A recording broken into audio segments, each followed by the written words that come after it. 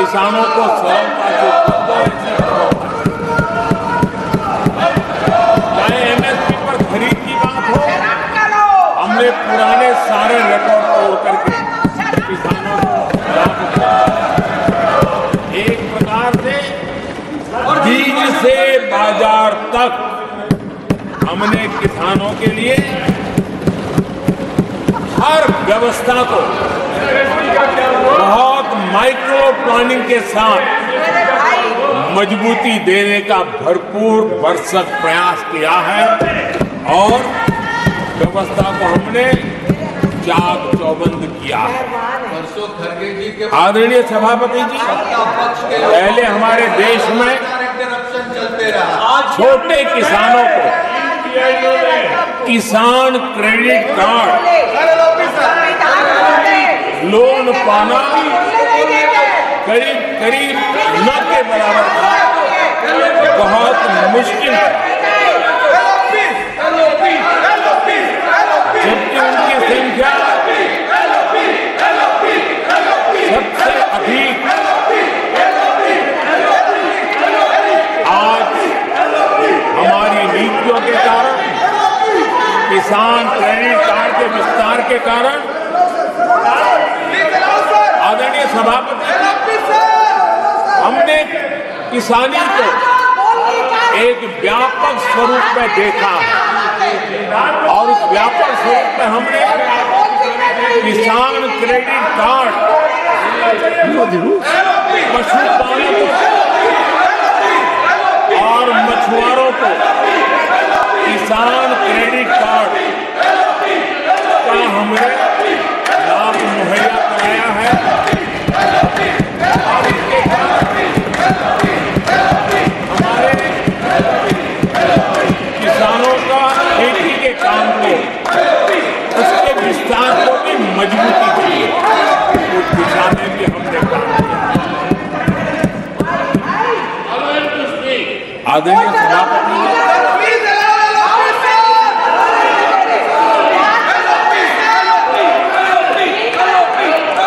कांग्रेस के कार्यकाल में 10 साल में एक बार किसानों की कर्ज माफी की बहुत डोल पीटे गए और एक बढ़ चढ़ करके बातें बता करके किसानों को गुमराह करने का भरसक प्रयास किया गया था।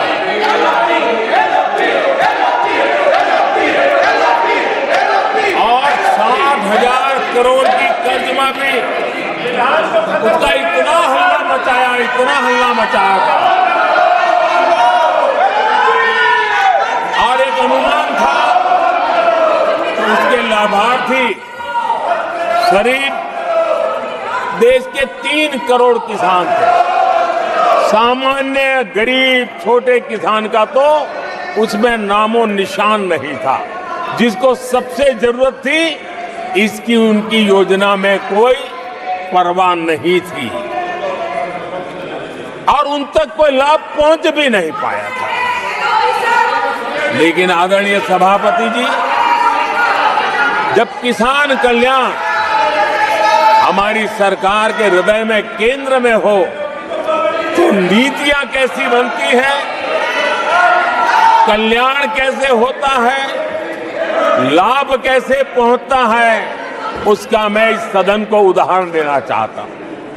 आदरणीय सभापति जी, हमने प्रधानमंत्री किसान सम्मान योजना चलाई और पीएम किसान सम्मान योजना का लाभ This conduct is not appropriate. 10 crore किसानों को हुआ Unparliamentary practice. और सिर्फ 6 साल में हमने Please take your seat. 3 lakh crore रुपए to take their seats. हम किसानों को दे चुके हैं। It is unbecoming of your conduct. आदरणीय सभापति जी, Unbecoming of your conduct.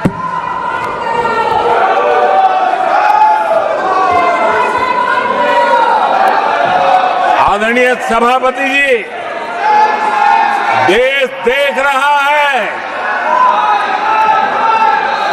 झूठ फैलाने वालों की सत्य सुनने की ताकत भी नहीं होती।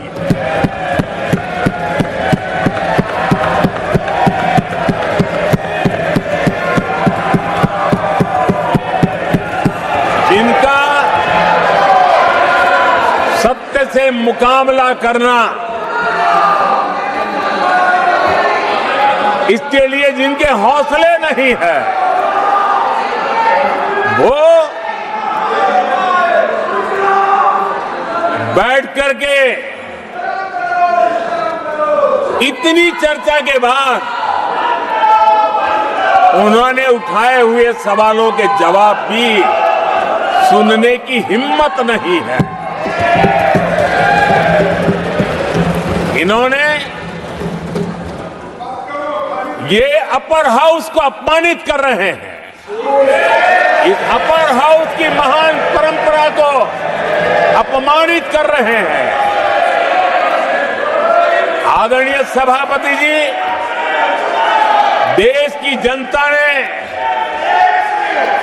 हर प्रकार से उनको इतना पराजित कर दिया है कि अब उनके पास गली मोहल्ले में चीखने के सिवाय कुछ बचा नहीं। नारेबाजी, हो हल्ला और मैदान छोड़ के भाग जाना, यही उनके नसीब में लिखा हुआ है। माननीय सदस्यगण, अत्यंत दर्दनाक, पीड़ादायक, अमर्यादित आचरण से देखकर मैं हूं। शासन तीसरे निरंतर लगातार काल में है। 6 दशक के बाद मैंने चर्चा की और मैंने अनुरोध किया कि प्रतिपक्ष के नेता को बिना बेरोक टोक बोलने का सुअवसर दिया। आज वो सदन छोड़कर नहीं गए हैं, मर्यादा छोड़कर गए हैं। आज उन्होंने मुझे पीठ नहीं दिखाई है, भारत के संविधान को पीठ दिखाई है।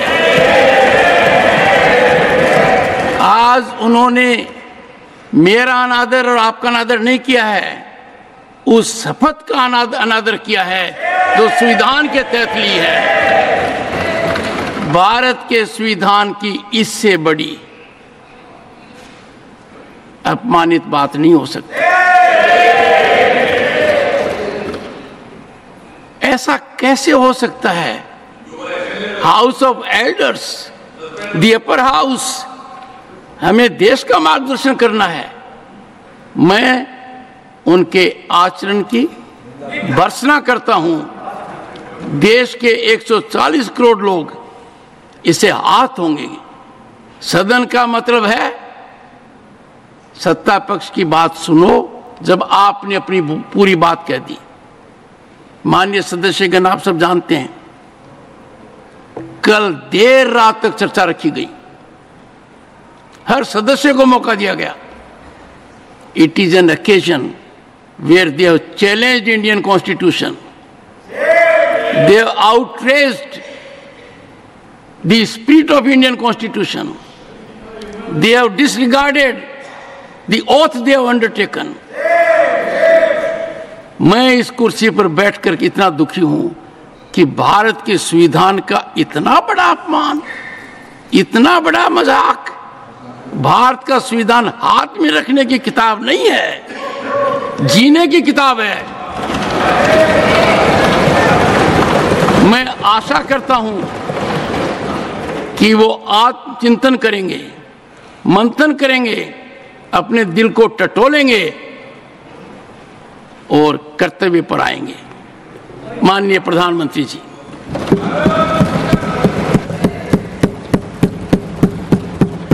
आदरणीय सभापति जी, आपकी वेदना मैं समझ सकता हूं। ये 140 करोड़ देशवासियों ने जो निर्णय दिया है, जो जनादेश दिया है, इसे ये पचा नहीं पा रहे हैं और कल उनकी सारी हरकतें फेल हो गई। तो आज उनका वो लड़ाई लड़ने का भी हौसला नहीं था और इसलिए वो मैदान छोड़ करके भाग गए हैं। आदरणीय सभापति जी, मैं तो कर्तव्य से बंधा हुआ हूं और न ही मैं यहां कोई डिबेट पे स्कोर करने के लिए आया हूं। मैं तो देश का सेवक हूं, देशवासियों को मेरा हिसाब देना है, देश की जनता को मेरे पल पल का हिसाब देना, मैं उसे अपना कर्तव्य मानता हूं।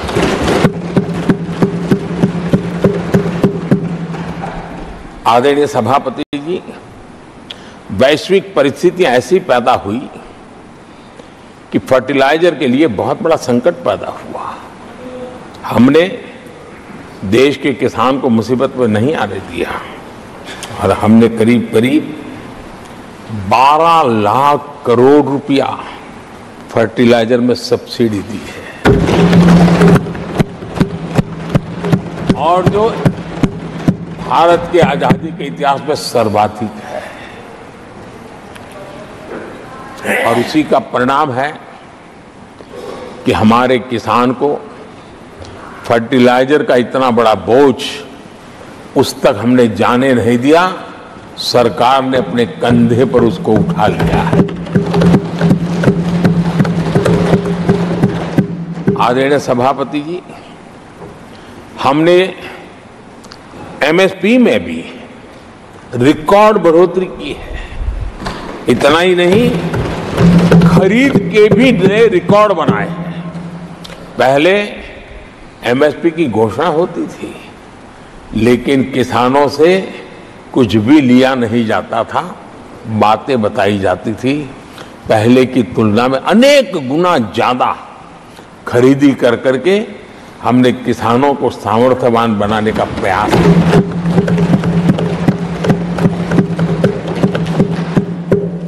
आदरणीय सभापति जी, 10 वर्षों में हमने कांग्रेस सरकार की तुलना में धान और गेहूं किसानों तक 2.5 गुना अधिक पैसा पहुंचाया और हम आने वाले 5 साल सिर्फ इसी का इंक्रीमेंटल वृद्धि करके रुकना नहीं चाहते।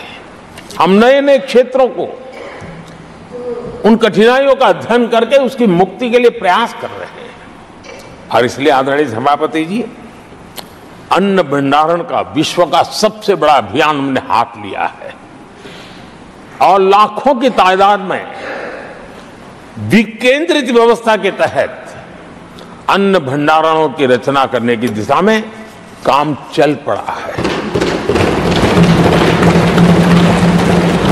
फल और सब्जी एक ऐसा क्षेत्र है, हम चाहते हैं किसान उस तरफ मुड़े और उसके भंडारण के लिए भी एक व्यापक इंफ्रास्ट्रक्चर की दिशा में हम काम कर रहे हैं।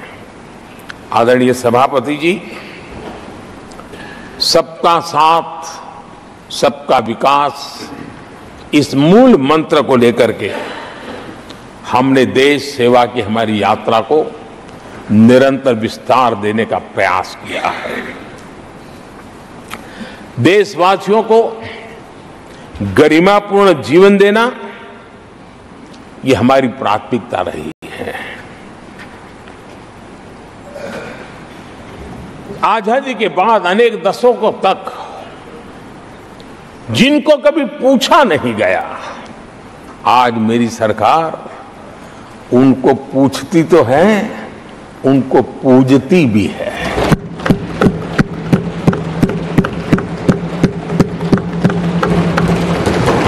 हमारे दिव्यांग भाई बहनों के साथ हमने मिशन मोड में उनकी कठिनाइयों को समझ करके माइक्रो लेवल पर उसको एड्रेस करने का प्रयास किया है और व्यवस्थाएं विकसित करने का प्रयास किया है ताकि वे गरिमापूर्ण जीवन जी सकें और कम से कम किसी का सहारा उनको लेना पड़े, इस दिशा में हमने काम किया है। आदरणीय सभापति जी, हमारे समाज में किसी न किसी कारणवश एक उपेक्षित वर्ग, यानी एक प्रकार से समाज में बार बार हरदूत होने वाला वर्ग, वो ट्रांसजेंडर वर्ग है। हमारी सरकार ने ट्रांसजेंडर साथियों के लिए कानून बनाने का काम किया है। और जब पश्चिम की दुनिया के लोग ये सुनते हैं तो उनको भी गर्व होता है, जब भारत इतना प्रोग्रेसिव है, भारत की तरफ बड़े गर्व की नजर से देखा जाता है। हमने उनको मुख्य धारा में लाने का प्रयास शुरू किया है। आपने देखा होगा पद्मा अवार्ड में भी ट्रांसजेंडर को अवसर देने में हमारी सरकार आगे आई। आदरणीय सभापति जी, हमारे गुमंत जनजातीय समुदाय, हमारे गुमंत साथी, हमारे बंजारा परिवार, उनके लिए एक अलग कल्याण बोर्ड बनाया है ताकि उनकी आवश्यकताओं को हम एड्रेस कर सकें और उनको भी एक स्थायी, सुरक्षित और संभावनाओं वाला जीवन प्राप्त हो, उस दिशा में हम काम कर रहे हैं। आदरणीय सभापति जी, हम एक शब्द लगातार सुनते आए हैं, पीबीटीजी, पीबीटीजी, पीबीटीजी। हमारे जनजातीय समूह में ये सबसे पीछे रहा हुआ और आजादी के इतने सालों के बाद भी जिन्होंने उनको निकट से देखा होगा, पता चलता है कि कैसी हालत में जीते हैं। उनकी तरफ किसी ने नहीं देखा। हमने एक विशेष व्यवस्था की है और पीएम जनमन योजना के तहत 24,000 करोड़ रुपए, ये समुदाय बिखरा हुआ है, छोटी संख्या में है, वोट की उनकी ताकत नहीं है। और यहां देश की परंपरा है, जिसकी वोट की ताकत है उसी की चिंता करना, लेकिन समाज के ऐसे अति पिछड़े लोगों की कोई चिंता नहीं करता था। हमने वो चिंता की है, क्योंकि हम वोट की राजनीति नहीं करते, हम विकास की राजनीति करते हैं। आदरणीय सभापति जी, हमारे देश में पारंपरिक पारिवारिक कौशल्य भारत की विकास यात्रा का और व्यवस्था का एक अंग रहा है। जो हमारा विश्वकर्मा समूह है, जिनके पास परंपरागत से हुनर है और जो समाज की आवश्यकताओं को पूरी करता है, लेकिन उनको कभी एड्रेस नहीं किया गया। हमने करीब करीब 13,000 करोड़ रुपए की योजना से विश्वकर्मा समुदाय को आधुनिकता की तरफ ले जाना, उनके अंदर प्रोफेशनलिज्म आई। आदरणीय सभापति जी, गरीबों के नाम पर बैंकों का राष्ट्रीयकरण तो कर दिया गया था, लेकिन मेरे रेहड़ी पटरी वालों को कभी बैंक के दरवाजे तक देखने की हिम्मत नहीं होती थी, हालत थी। पहली बार देश में पीएम स्वनिधि योजना के तहत रेहड़ी पटरी वालों की चिंता की गई है और आज वो ब्याज के कुचक्र से बाहर आकर के अपने परिश्रम से और ईमानदारी से जो रेहड़ी पटरी वालों को बैंकों से लोन मिले हैं, वे लगातार, बैंक वाले भी खुश हैं, लेने वाले भी खुश हैं। और जो कल फुटपाथ पर रेहड़ी बैठता था, आज एक छोटी दुकान दिशा में बनाने की दिशा में आगे बढ़ रहा है। जो पहले खुद मजदूरी करता था, आज एक आध दो को रोजगार देने की दिशा में काम कर रहा है। और यही कारण है कि गरीब हो, दलित हो, पिछड़े हो, आदिवासी हो, महिला हो, उन्होंने हमारा भारी समर्थन किया है। आदरणीय सभापति जी, हम विमेन लेड डेवलपमेंट की बात करते हैं। दुनिया के प्रगतिशील देशों के लिए भी विमेन डेवलपमेंट तो बहुत स्वाभाविक स्वीकार करते हैं, लेकिन विमेन लेड डेवलपमेंट की बात करते हैं तो उनके भी उत्साह में थोड़ी कमी नजर आती है। ऐसे समय भारत ने नारा नहीं, निष्ठा के साथ विमेन लेड डेवलपमेंट की ओर कदम बढ़ाए और महिला सशक्तिकरण का लाभ आज दिख रहा है, हर क्षेत्र में दिख रहा है और भारत की विकास यात्रा में वो कंट्रीब्यूट कर रहा है। मैं आदरणीय सांसद सुधा मूर्ति जी का आभार व्यक्त करता हूं कि कल उन्होंने चर्चा में महिलाओं के आरोग्य के विषय पर बल दिया था। और उसका महात्म्य क्या है, उसकी आवश्यकता क्या है, उस पर बड़े विस्तार से उन्होंने कहा था। और उन्होंने एक बात ये भी बड़ी इमोशनल बताई थी कि माँ अगर चली गई तो उसका कोई उपाय नहीं होता, फिर नहीं मिल सकती। ये भी बड़ी भावात्मकता से उन्होंने बताया था। विमेन हेल्थ, सैनिटेशन, वेलनेस पर हमने 10 वर्षों में एक प्रायोरिटी सेक्टर के लिए आपने काम किया है। आदरणीय सभापति जी, टॉयलेट हो, सैनिटरी पैड्स हो, गैस कनेक्शन हो, प्रेगनेंसी के दौरान वैक्सीनेशन की व्यवस्था हो, और इसका फायदा हमारे देश की माताओं बहनों को मिला है। आदरणीय सभापति जी, आरोग्य के साथ साथ महिलाएं आत्मनिर्भर बने, उस दिशा में भी हम लगातार काम कर रहे हैं। बीते वर्षों में हमने जो 4 करोड़ घर बनाए हैं, उसमें से ज्यादातर घर हमने महिलाओं के नाम पर रखे।